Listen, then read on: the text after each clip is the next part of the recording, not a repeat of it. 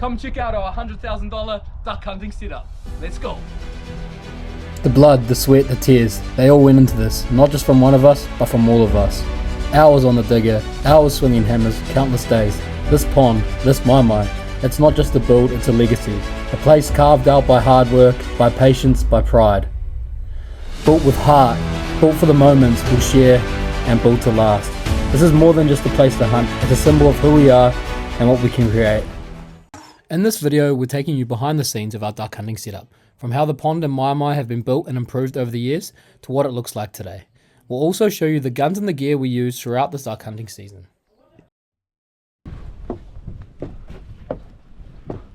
Welcome back to the DuckFever home pond maimai. We built this this year. Me and Brody did a lot of the groundwork, supported by the other boys. We have got photos of it, so we'll be chucking them up now. We didn't get any filming done of when we were doing it, but it's got some inserts on their sides. We actually had to make it wider because we didn't realise that when we built it, and we have 7 shooters, so we had to build it a bit wider than we initially thought. It's not very deep in the back, but it's just enough cover sort of thing so you can sit on a seat, and enough for the obviously the barbecue and then the food area. We've still got everything here from duck shooting really, so probably should have a clean up. That's enough just to get under cover just in case it rains and get away from the ducks. And yeah, I think if you don't have these here too, boys, this is good for your ammo, for your morning coffee. This is the downstairs maimai the boys built in 2020. So during COVID, we spent all the time, and you'll see the pond extensions and then this maimai being built. The boys were a lot younger then than they were now. We actually have this carpet, or this matting, I guess, fake grass upstairs. Obviously, if you are a duck shooter, you know that the wood can be quite loud on the ground, so you have this, something like this, or a bit of carpet, and it takes away that noise when you're walking near your guns. Here's the photos of actually when we the first year of us shooting here. You can see Cooper and Brody a lot younger there.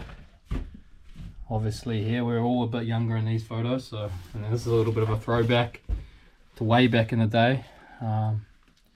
Good old dog Dora, she's probably the best duck dog we had. This just shows you how full our pond is at the moment, and yeah, it's actually over our bridge, and now the bridge is slippery, so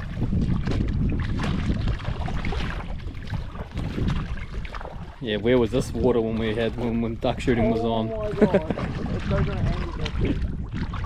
Oh, I better watch where I'm going. Ah! Fuck! Yeah.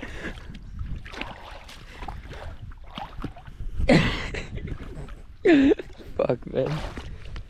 Okay, I didn't think I was gonna flip. The whole way, this is all meant to be out of the water, but well out of the water. Nah, shit, it's slippery. In the last 5 years, the pond and maimai have come a long way. We will now show you some of the guns and the gear that we'll be using for this upcoming duck hunting season. The first gun is Pops, a brand new Beretta A400 Extreme Plus for the 2025 season. He's wrapped with it so far and reckons it's smooth, soft shooting and built to handle anything the season throws at it.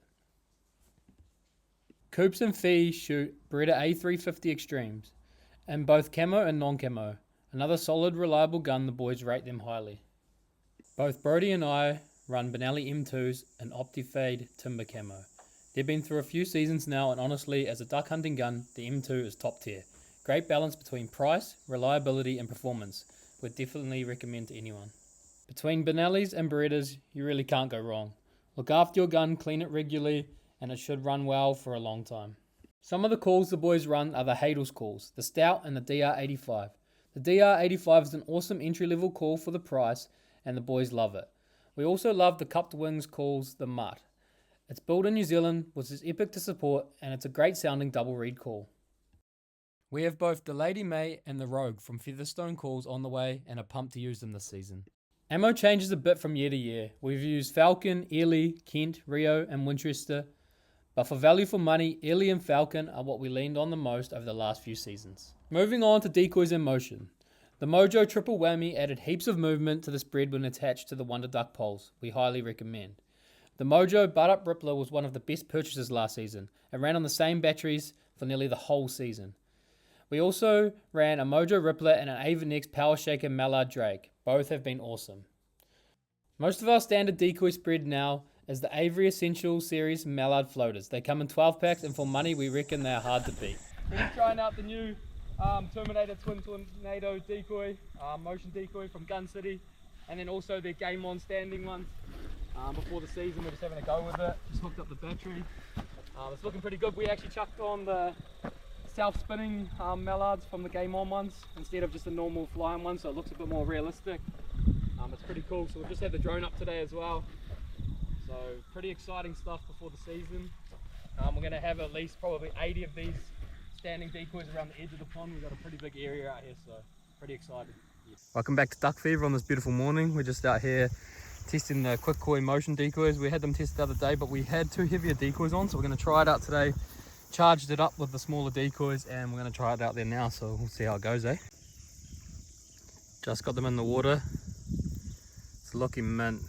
So they go for about 6 seconds, then they stop for 10 seconds and go for another 6. I think the engine reverses, so you just chuck that big black box that you've seen before and it just acts as an anchor and it goes for up to 5 hours.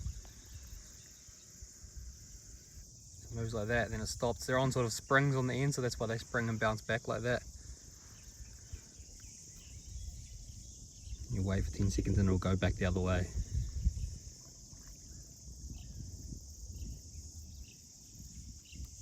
Pretty realistic. Definitely more effective on these days like this where it's very still, so you do get that quite a lot in an opening morning, so be very effective. The last item we picked up for this upcoming season is the Flashback. It's a decoy that simulates a duck diving for food. We are looking forward to trying out our new gear. 1 week out from the season, I hope you're as excited as we are. Stay tuned for our opening weekend content.